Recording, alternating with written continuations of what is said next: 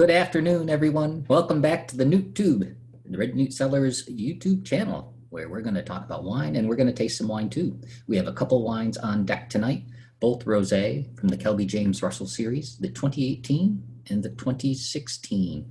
Two delicious wines, a little bit different age, a little bit different vintage, and you're going to hear all about it. So with that, Kelby, kick it off.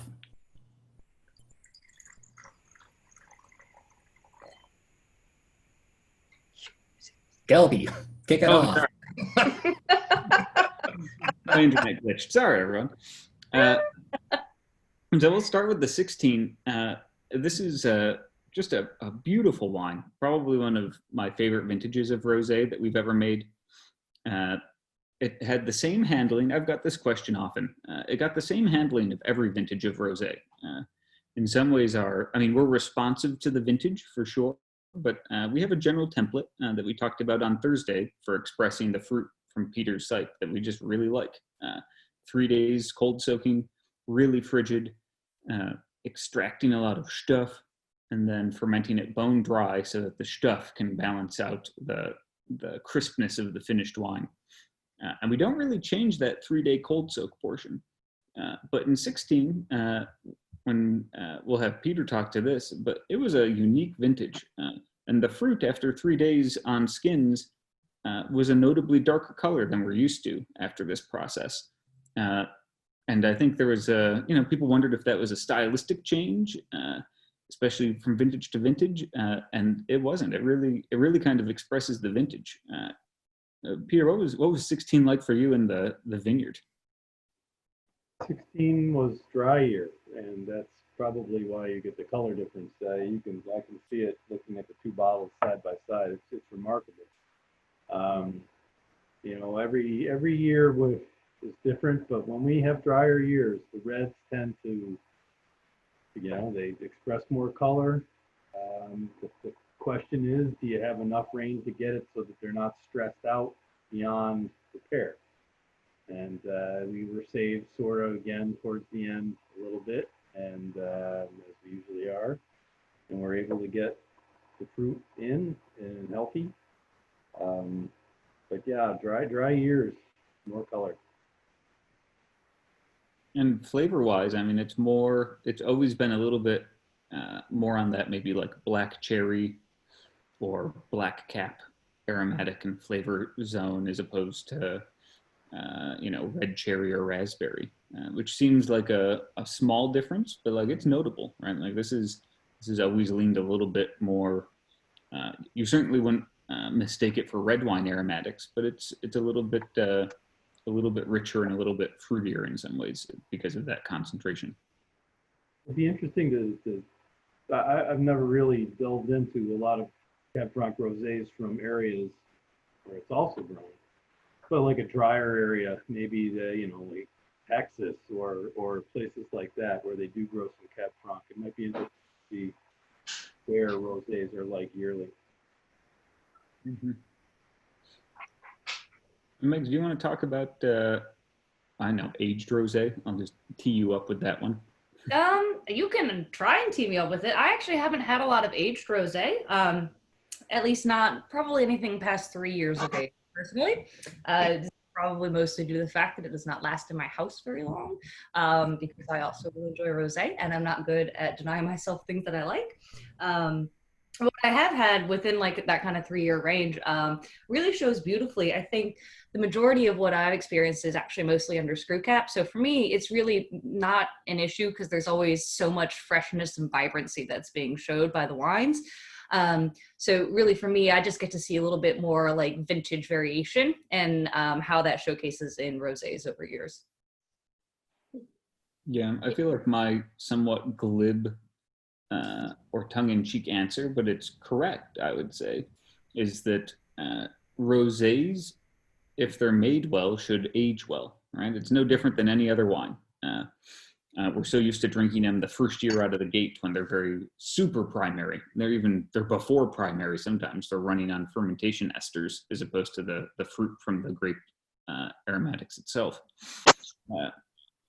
But a well-made rosé should age as well as any other wine if it's well-made. And if it doesn't age well, that tells you something about either the fruit or the winemaking. When you talk, it also comes down to as well, who's pouring the aged rosés. Now, for us as an actual a wine house, it's not a big deal. It's very easy for us to communicate. I think where the real challenge when you're talking about vintage rosés comes into play is when they're in restaurants. People are sitting down for a nice meal and you've got a sommelier who really loves aged rosés. It can be tricky to sell people on that. Some of the older ones that I've had date back to when they had the older aged rosés under cork because they hadn't gone to screw cap yet. And to see how they sort of mellow out. They almost became the acids get a little softer, but they almost had this vanilla quality to them as you tasted it, the way that a vanilla would feel in the mouth, sort of a little softer, a little rounder, and still beautiful with a wide variety of wines. We were lucky enough to do that in New York City for a nice lunch when we went down to visit my brother. And it was great because we had a 2012, we had a 2014, and a 2017 that were part of the flight that we got. And it was really kind of cool to watch and see because most of us hadn't had that many aged rosés up to that point. So it was pretty cool. And we had, of course, ordered crab cakes for lunch, so you can't go wrong, right? So it's now that people know that rosés can age, I think there's even more sommeliers and more wine directors who are looking to try and age them so people can have that experience. Yeah. And since many of them and almost all of them now are under screw cap, like Meg said, it makes it really easy to do because they're going to stay fresher longer. That's right. Yep. Yeah, I think it also makes it a little bit better on the winemaking side. Because we have, and I think the 16 was a vintage like this. Megs might remember better than me, and the 17 as well, where this was not a wine that was ready to be bottled in January, right? Like if you're trying to hit the market in March, you want to have the wine ready and bottled January so that it's through bottle shock and ready to show in March. And sometimes you just get a vintage that for whatever reason doesn't want to do that. And this was one of those ones that wanted just more time on the lees, on the yeast in the tank, just to kind of relax and come into its own. And needed a little bit later of a bottling date, and to have more understanding that you don't need to drink last year's rosé in May or it's no good. Lets us actually bottle in May or June if that's what's more appropriate for the wine. I was going to say, wasn't this the vintage that ended up being bottled almost in May? Yeah, we've had that happen a couple of times, and I don't have much rhyme or reason to why. I think it's really just a vintage. The fermentations are almost always identically smooth, so it's not anything. It's just sometimes it's just the way the year's expressing itself. Or in a year like 17, the fruit came in so late. That makes a difference. If it comes in 2 weeks later than you're used to, like that pushes everything back at least 2 weeks, and it sometimes feels like it snowballs a bit. Cool. Let's have a taste of this 2018.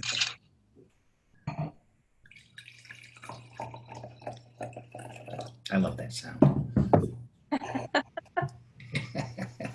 Although I don't know, I guess I'm with my age,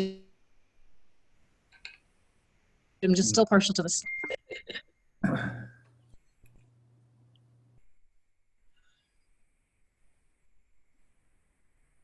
Wow, this is really beautiful and elegant, and kind of reflecting back on the 2016, which I think I noticed more of these sort of darker red fruit characters, and certainly more sort of berry in the nose, because this is a little bit more restrained and sort of everything really enveloped in this kind of ethereal rosé character. How's that for being really non-specific? Yeah. Maybe very specific. Oh, sorry. I think this rosé, in all of the ones that we've actually tasted thus far, really all the rosés that we've produced at Red Newt under the KGR label, really focus on an edgier style. They are acid-driven wines. They are something with a little bit more focus and tension. We're not, and there's nothing wrong with the style, but we're not making strawberries and cream. We're really pushing the envelope. This is a little edgier. Like, this is a Riesling house, clearly, and this is a rosé that hails from a Riesling house, and I think it really showcases that, especially this particular 18, and just get that really clean drive from the acidity. I haven't had this in a long time, if I'm being honest, months and months. That mid palate is just explosive. Like, the nose right now is pretty restrained, but the mid palate is just like really intense, like blueberry and just really, really from a difficult vintage. Yeah, and I mean, without a doubt, 18 was not an easy year any way you cut it. And that's one of the things, like Mate said, we're a Riesling house, which is why, I experienced some really beautiful Rosés de Provence from way back in the day.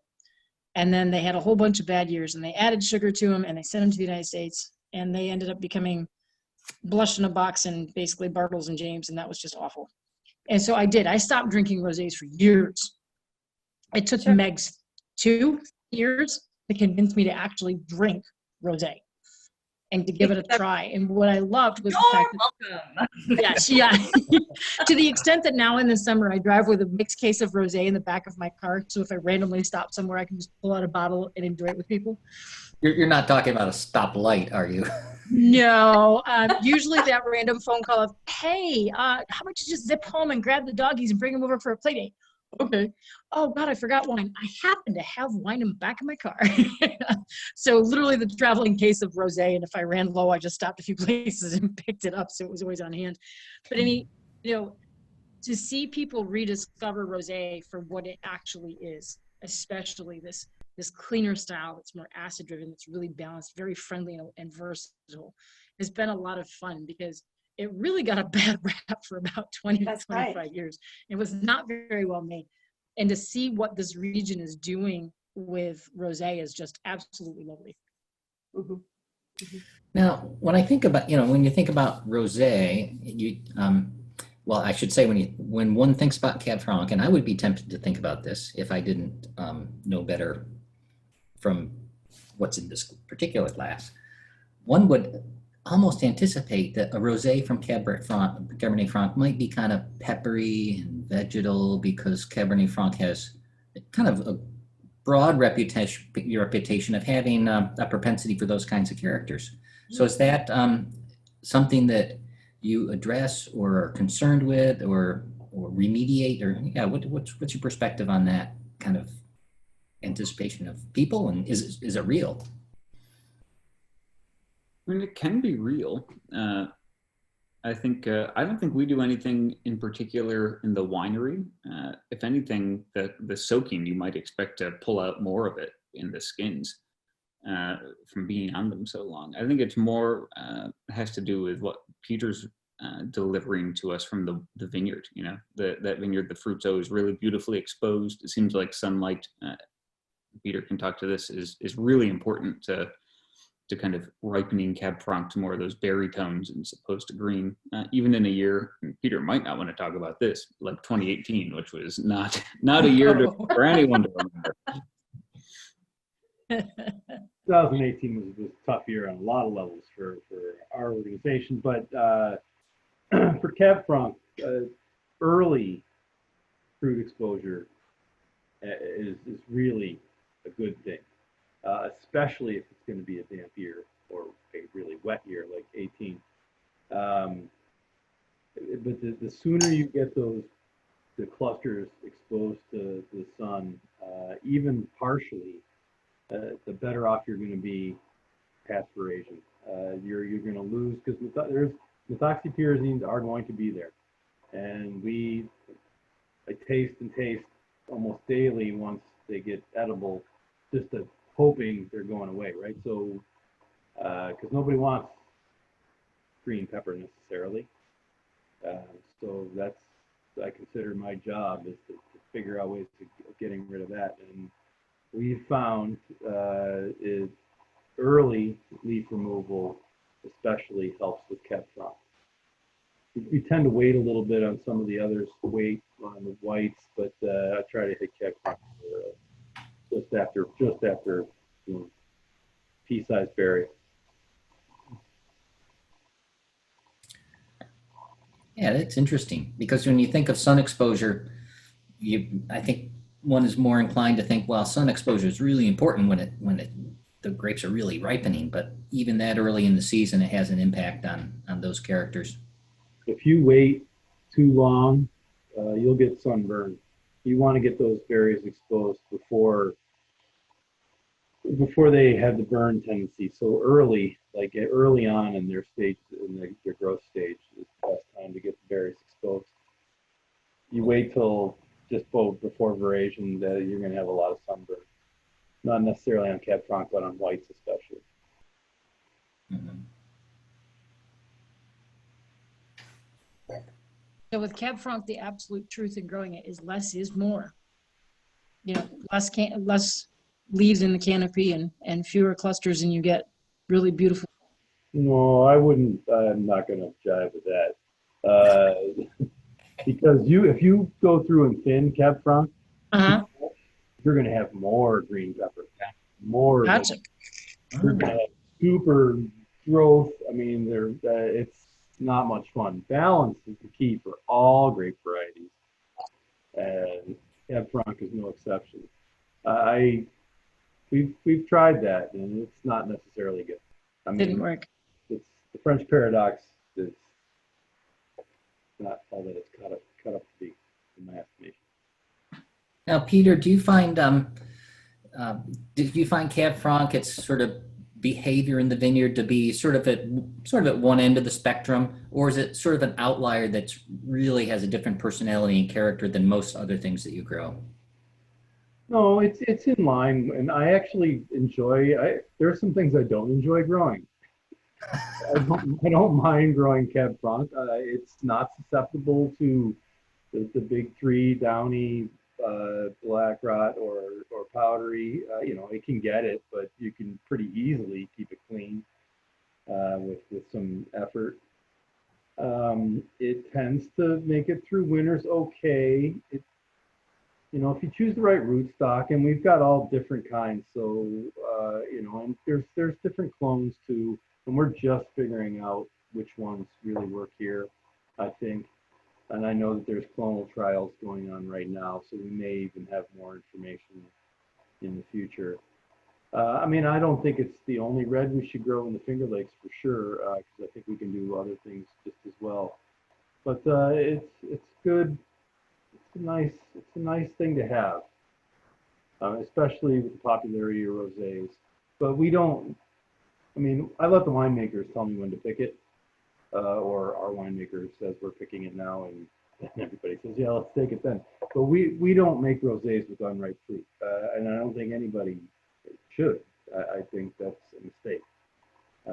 Like Kelby said earlier, it's you want to be able to age it. It should be able to age. The fruit should be physiologically ripe.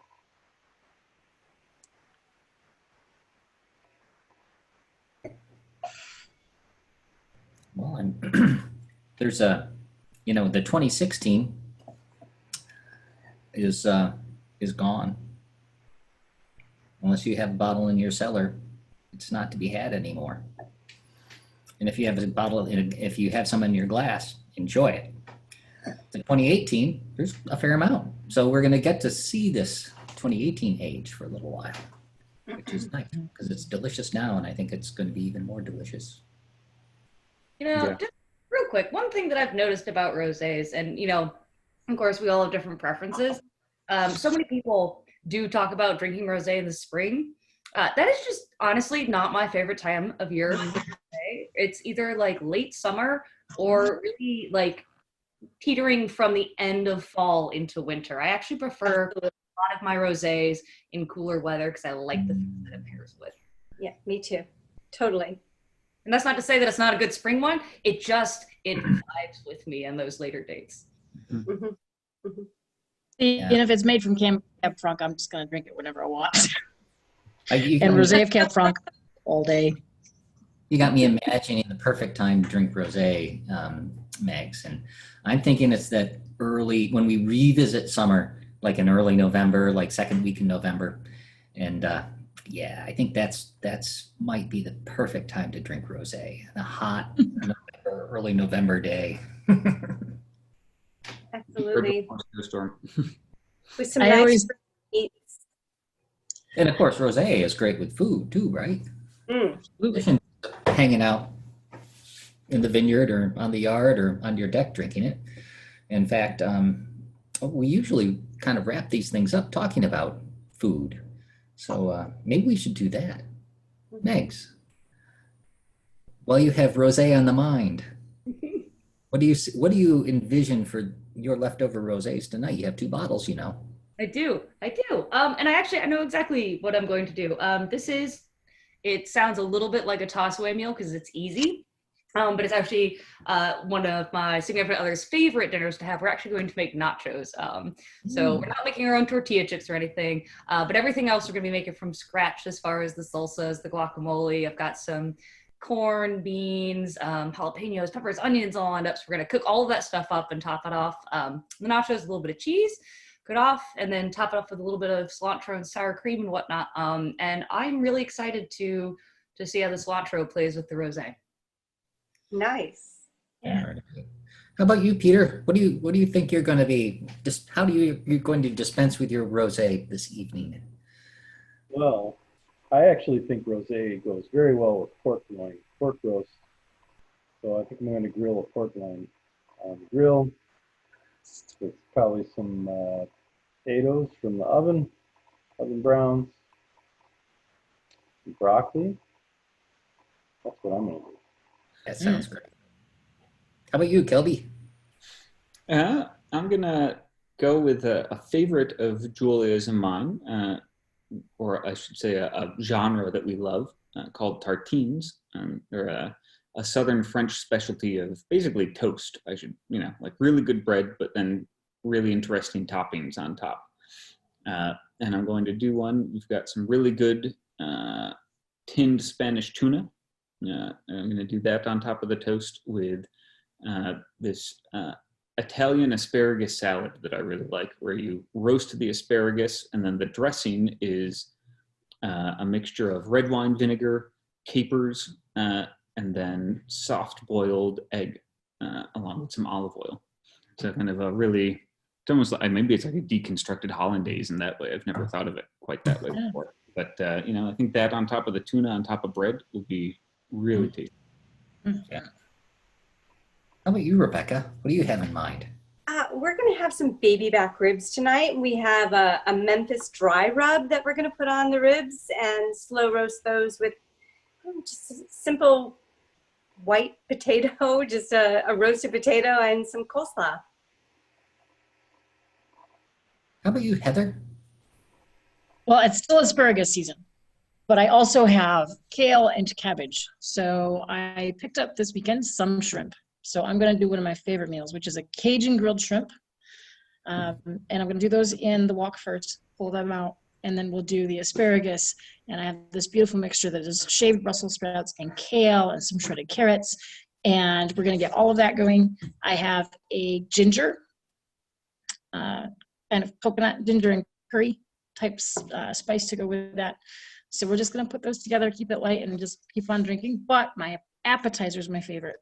So they have rosemary, garlic, cheddar curd up at Sunset View Creamery. So I'm thinking that 2016 and some rosemary, garlic curd are going to be the appetizer while I finish off the bottle. And maybe I'll invite mom and dad for dinner. Yeah. Well, I think I'm on the pork wavelength. Well, I know I'm on the pork wavelength today because about 10 o'clock this morning, some rack of ribs went onto into the Primo grill to smoke for about 5 or 6 hours, and they're wrapped in foil now and it's kind of getting nice and juicy and tender and delicious. And so very shortly here they'll be coming out, and I think probably some of the grilled asparagus, because they were at the tail end of asparagus season. It's not going to be here too much longer, I think, this year. So got to get what we can. So with that, thank you everyone for joining us. Thank you, Peter, for joining us again. It's great to have you. And cheers. Cheers, everyone.